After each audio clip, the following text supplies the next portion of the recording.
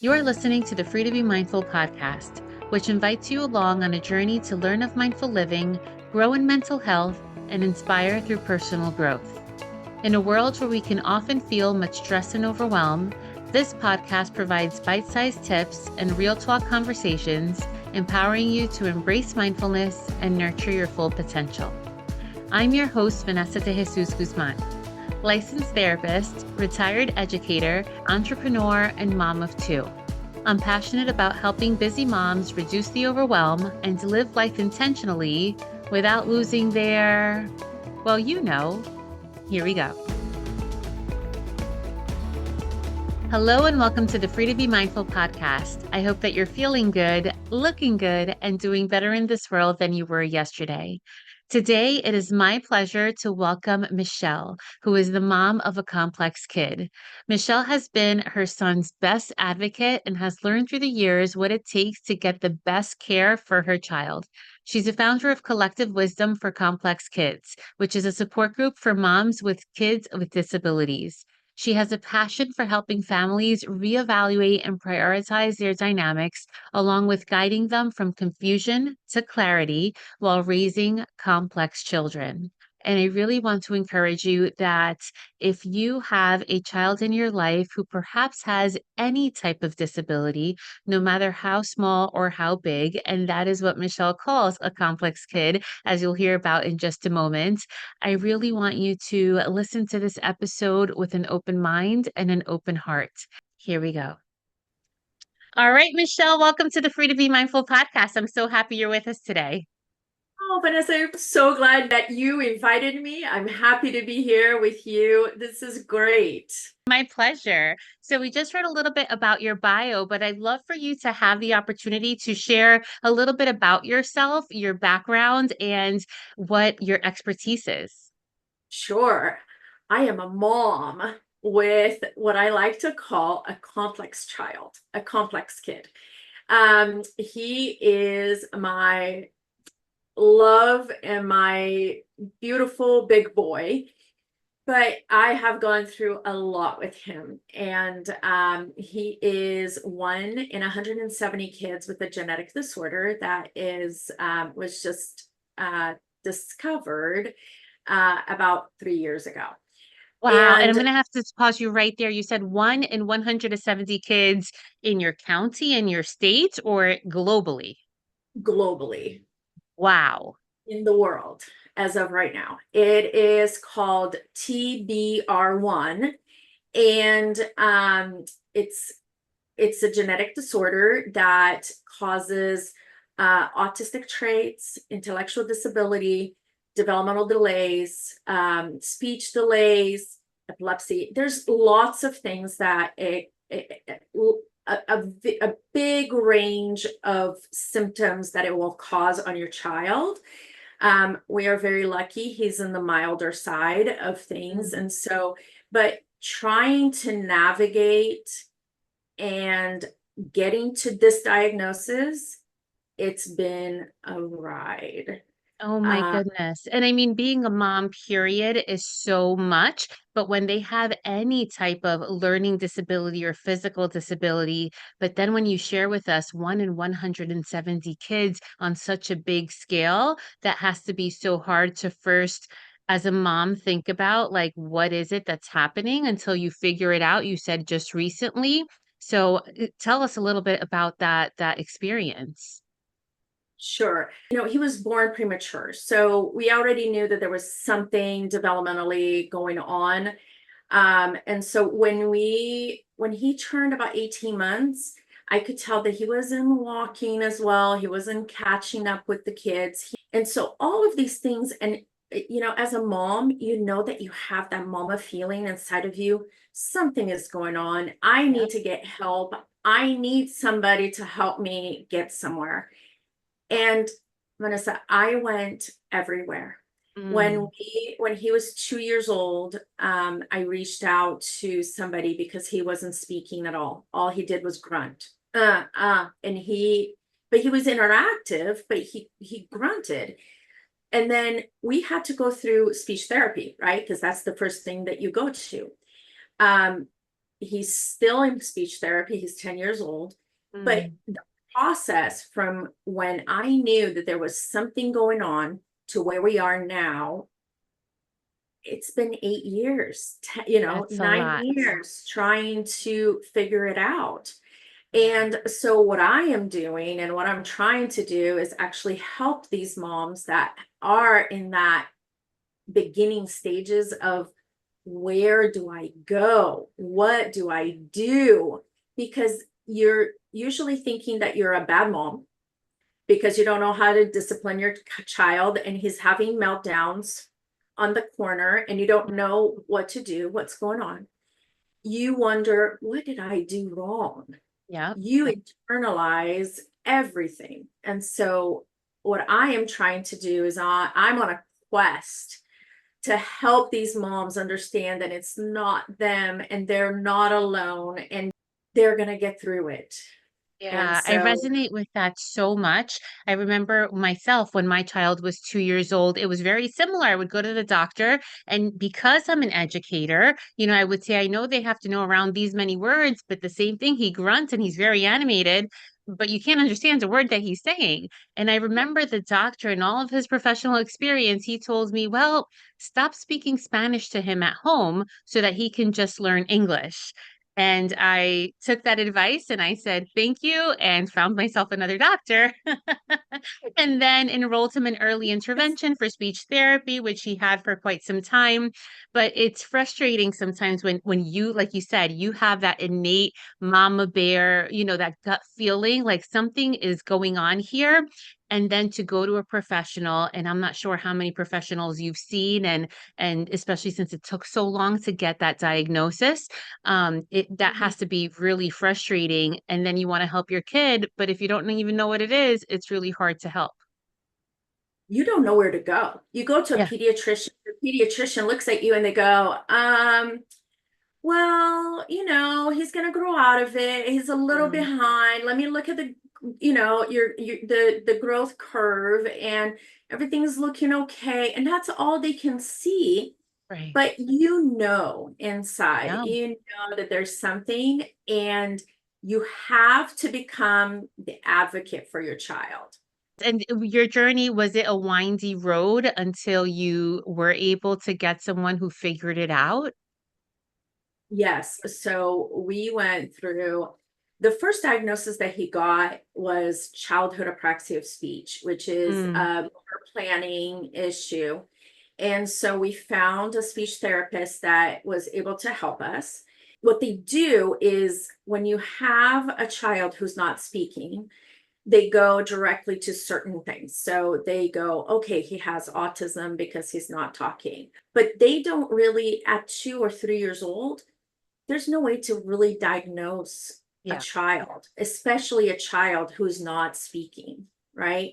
So we went through speech therapists, we went through behavioral therapists. Mm, I went through a therapist myself, and I I have believe been it. going for, 10 years because you yourself feel guilty that you can't help them.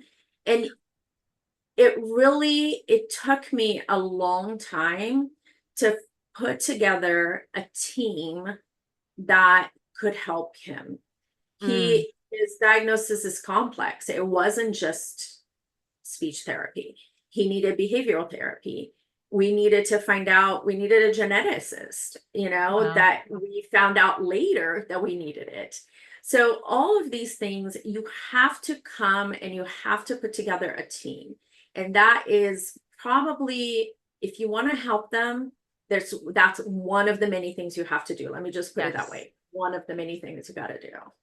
Yeah, and I would say along with that, not only an interdisciplinary team, right? But it's important to realize a couple of things coming from, with 18 years of experience in education, it's important for parents to keep in mind, and I'm sure you're going to let us know so much more, that not only should it be interdisciplinary, but as much as possible, it should be early.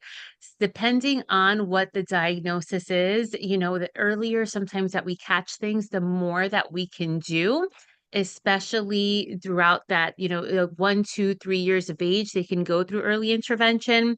and then go to school, get the IEP. And something that I remember as a school counselor that I would have a lot of conversations with parents about is not to be scared of those labels. A lot of parents would say, well, I don't want that. I don't want my kid to be SPED or special education. And back in the day, depending on how old you are, the programs used to look differently, but we've evolved so much as a society and in education that my child, I'd rather him have that label, so to speak, in quotation marks, but get the services he need early and then grow out of it or improve so much that when he's older, he either has what he has in place that the gaps have closed or has what he has in order to continue to do well. But sometimes there's some resistance, I remember in my experience, because we're scared, and we don't know what we don't know. And then sometimes we lose that time for our kids. So interdisciplinary and early, I don't know if you'd have anything else to add to that. You are on point. That is one of the things I try to go into the Facebook groups and help other women that are struggling with these things. And whenever I see a post that says, my son is 3 years old and not speaking, if you're posting that, you already know that there's something, Something. right?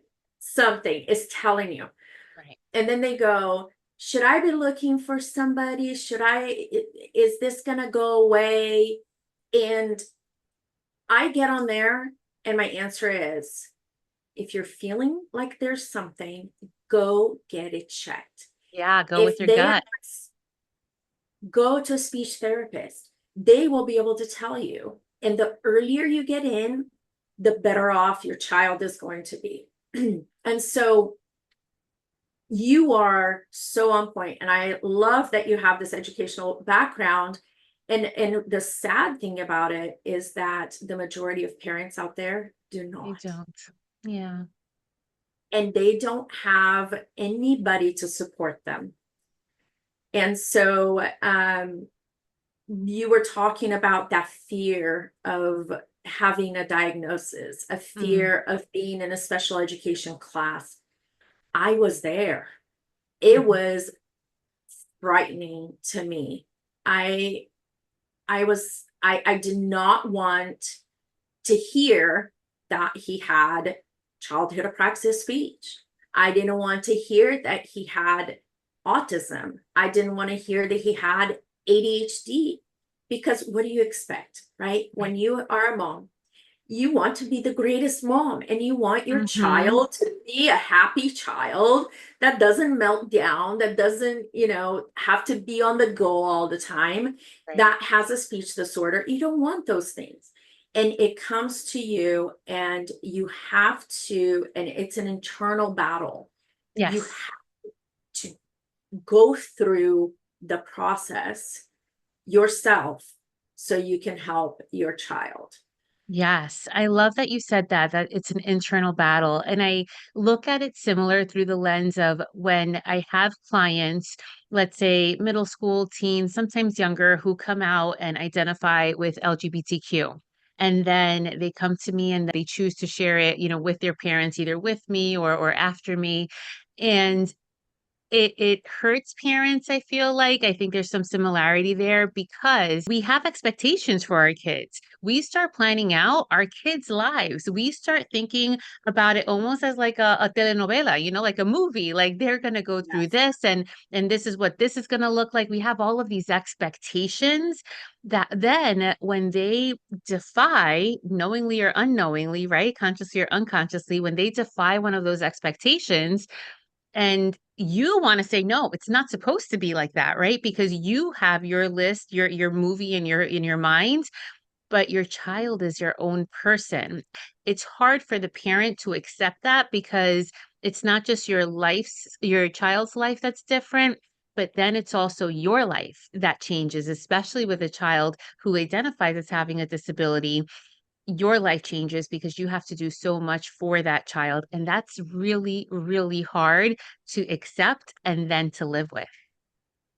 For sure. I will tell you, one of the hardest things that happened to us was My husband and I, we used to love going out to dinner. What ended up happening was that it got to a point we couldn't do it. He couldn't sit down for 2 minutes. He Mm. needed to be on the go the whole time. He would scream because he couldn't communicate. And then we would pass him around. It was like, okay, you eat, and then I'll come, I'll take him, and you can sit down and you can eat. Tag teaming And it. this is just one aspect of your life. Then there's the other ones, which are, you have friends and you go to your friends' houses and they don't understand because they don't know how it is.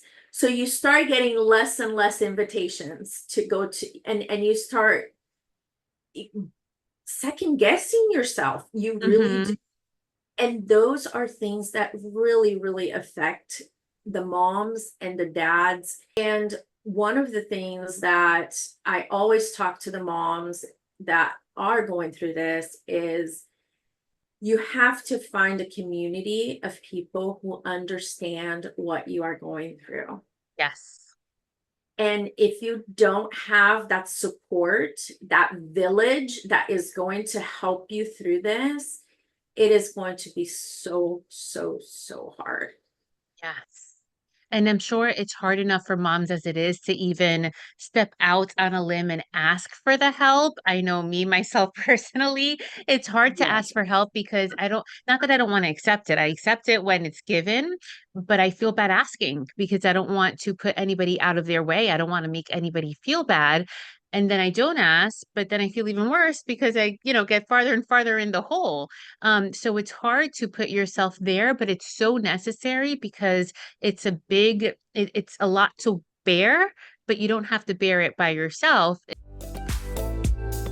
What if we invested in ourselves so that we can be the calm, confident, and connected moms that we want to be? I've been focused on creating the Mom Stress to Mom Success course, which is designed to help moms just like you reduce stress, gain confidence, and create a more connected household. And through this course, we're not only going to talk about some mindful living strategies, of course, but we talk about how to keep our cool, how to not lose it when triggered, how to improve our communication skills, and how we can better connect with our kids, with our loved ones, and all with ourselves as well.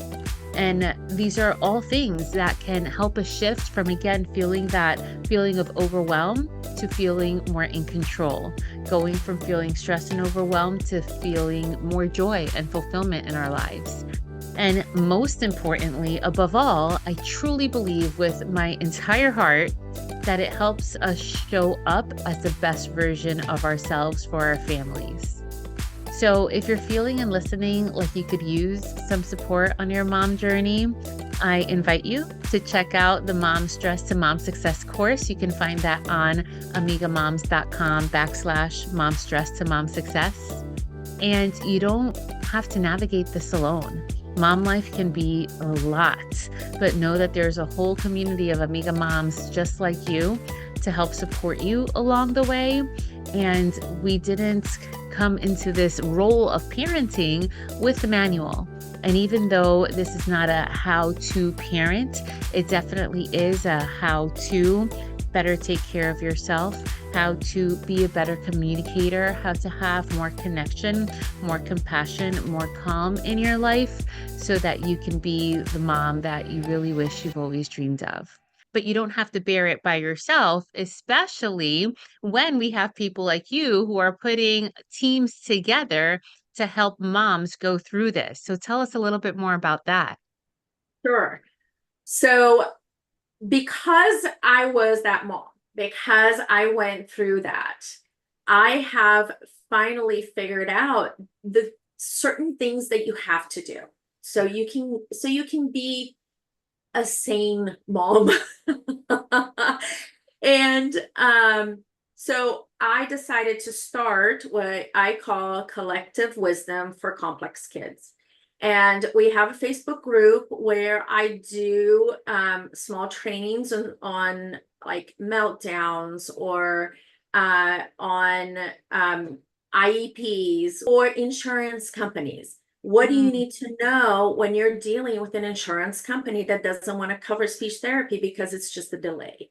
okay. What do you have? All of those things. So all of this is what I am trying to help moms with, because you don't realize that those are qualities and that you're going to have at some point if you have a child that I call a complex kid.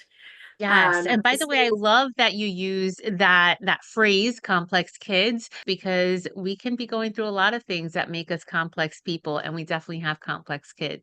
So you offer all of these resources, which is wonderful because again, parents don't know what they don't know and here you are offering all of these things to help with the path so that hopefully it's a little bit easier as you're dealing with everything, I'm imagining.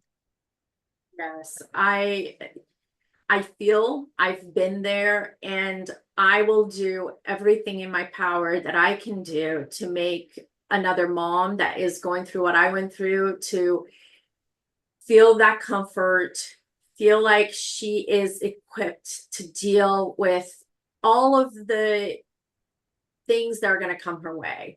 Being, like I said before, IEPs, school districts, or insurance companies, family, your husband, your other child that is not as complex as your child. These are things that you're not thinking about. And these are things that I am teaching in my Facebook group, in my cohort, if you want to call it. Just, Mm, it's a community. It's where you find that comfort that you need for you, for your family. And I really, truly love helping women and dads, even so right. they can have a path, or at least find some kind of a light at the end of the tunnel. Yeah. And Michelle, what I really appreciate about you and your services is that you're not only dealing with the more tangible, right? Like the things that they need to know and doctors and schools and all the insurance, all of that information, but you touched upon it a few times already is that emotional need, that self-care need, that mindset need, because it's really easy to lose yourself.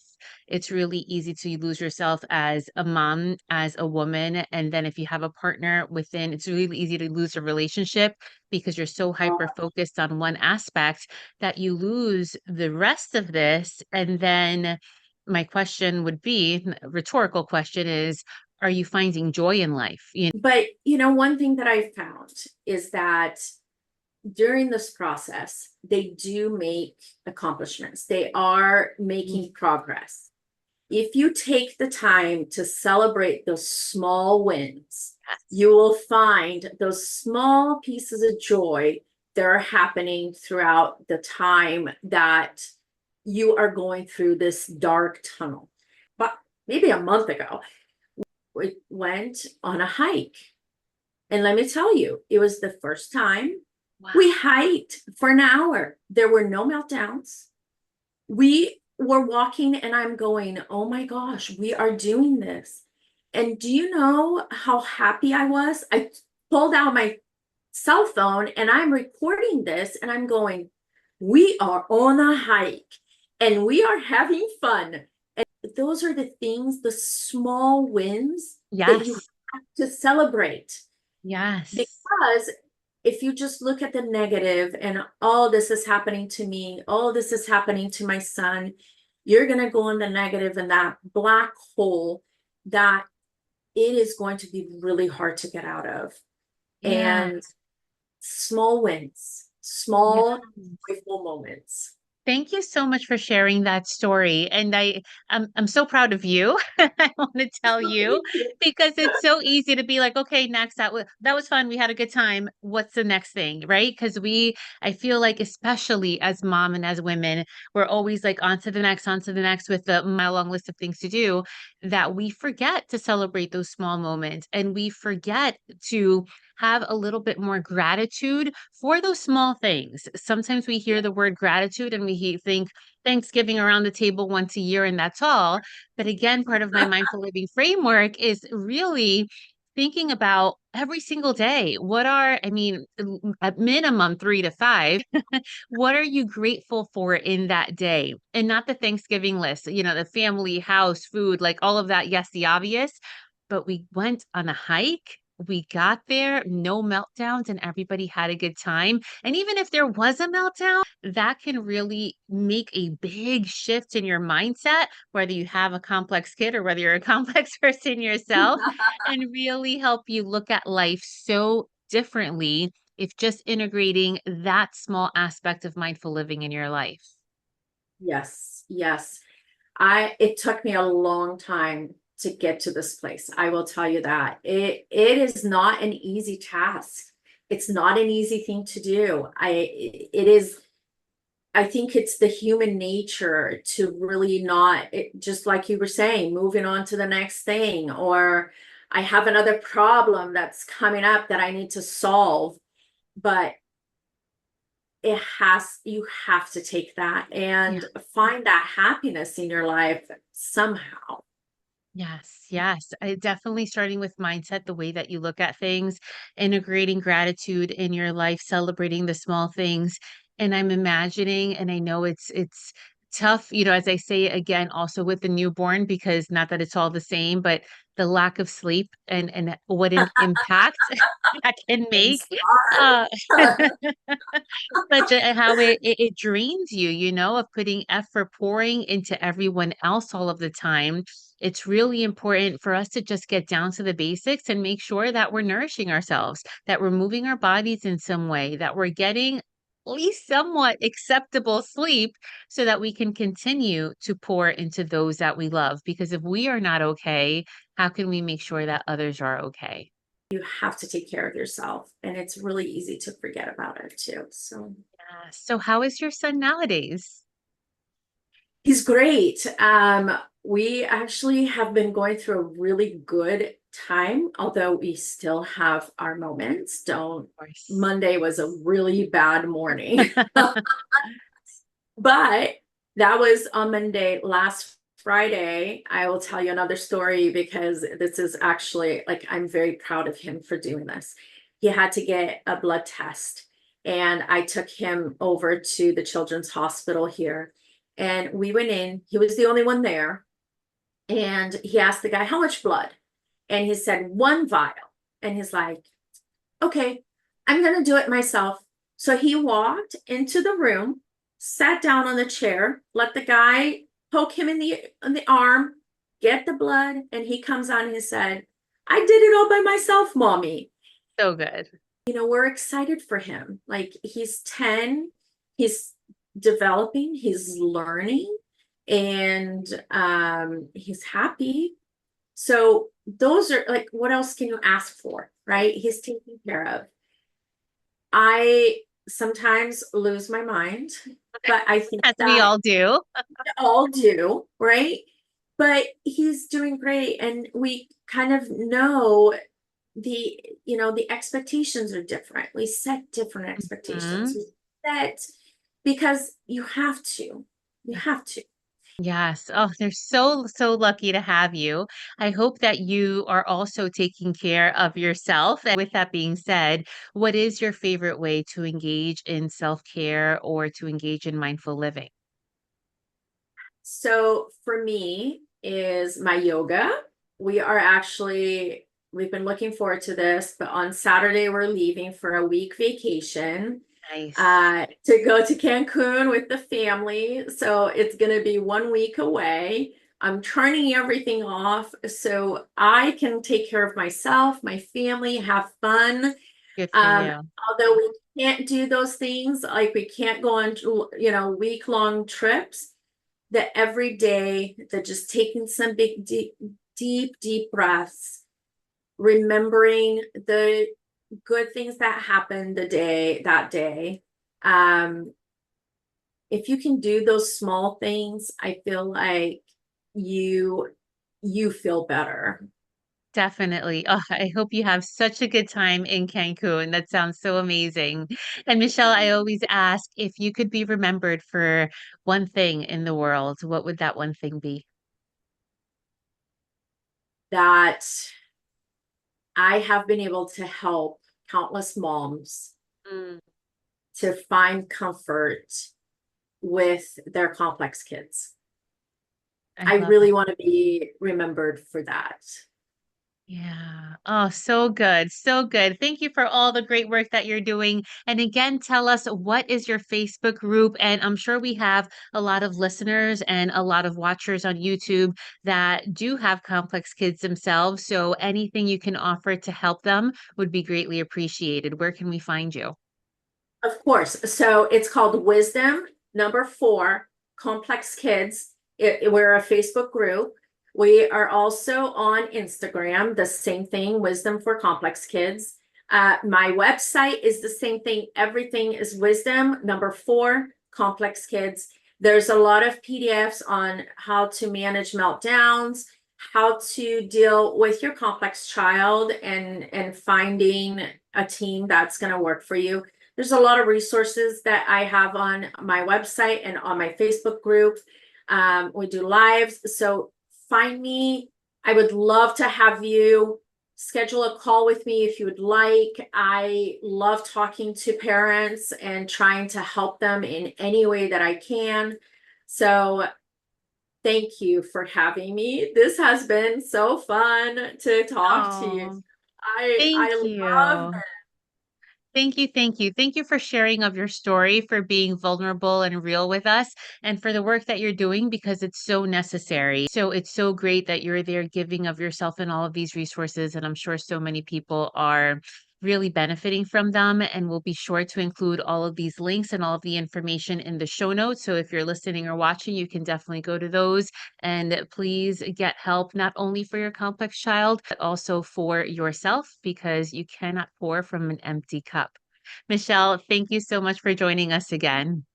Thank you, Vanessa. It was great. It was great. Thank you.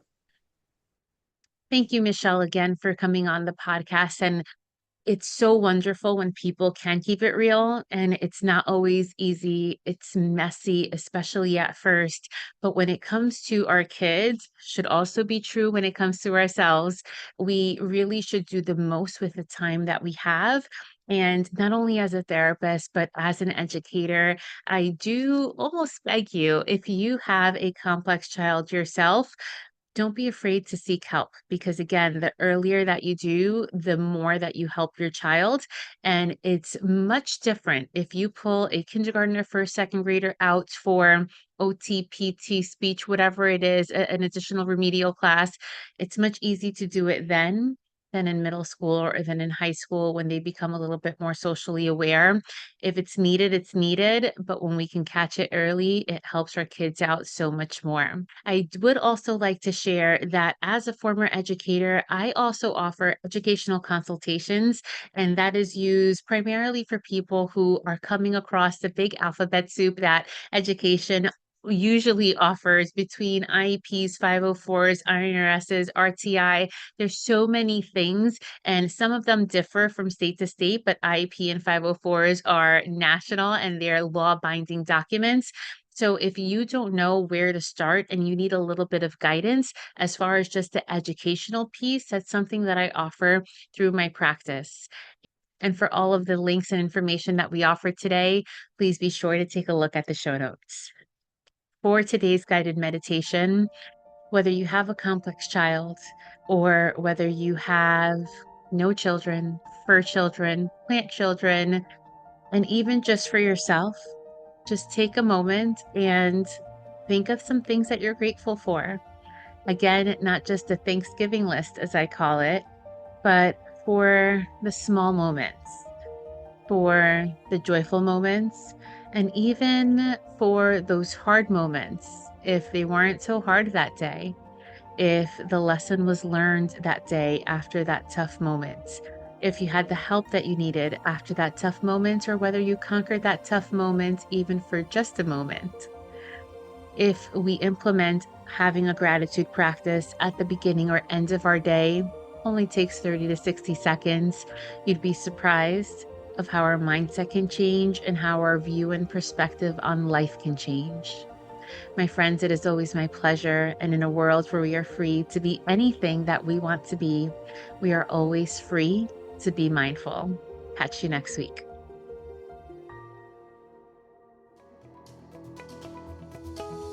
Free to Be Mindful exists because of viewers and listeners like you. If you're enjoying the podcast or felt this week's show resonated with you, please take a moment to leave a rate and review on the platform where you catch your favorite shows.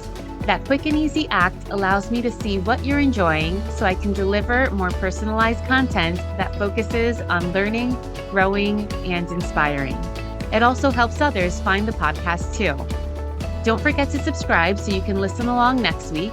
And if you can do me the favor and share this podcast on social or with a friend who may benefit from the message shared today, that would be truly appreciated. In the meantime, I welcome you to follow me on social media across all platforms at Counselor V. De Jesus for more fun content. And remember, my friends, in a world where you are free to be anything that you want to be, you are always free to be mindful. Catch you next week.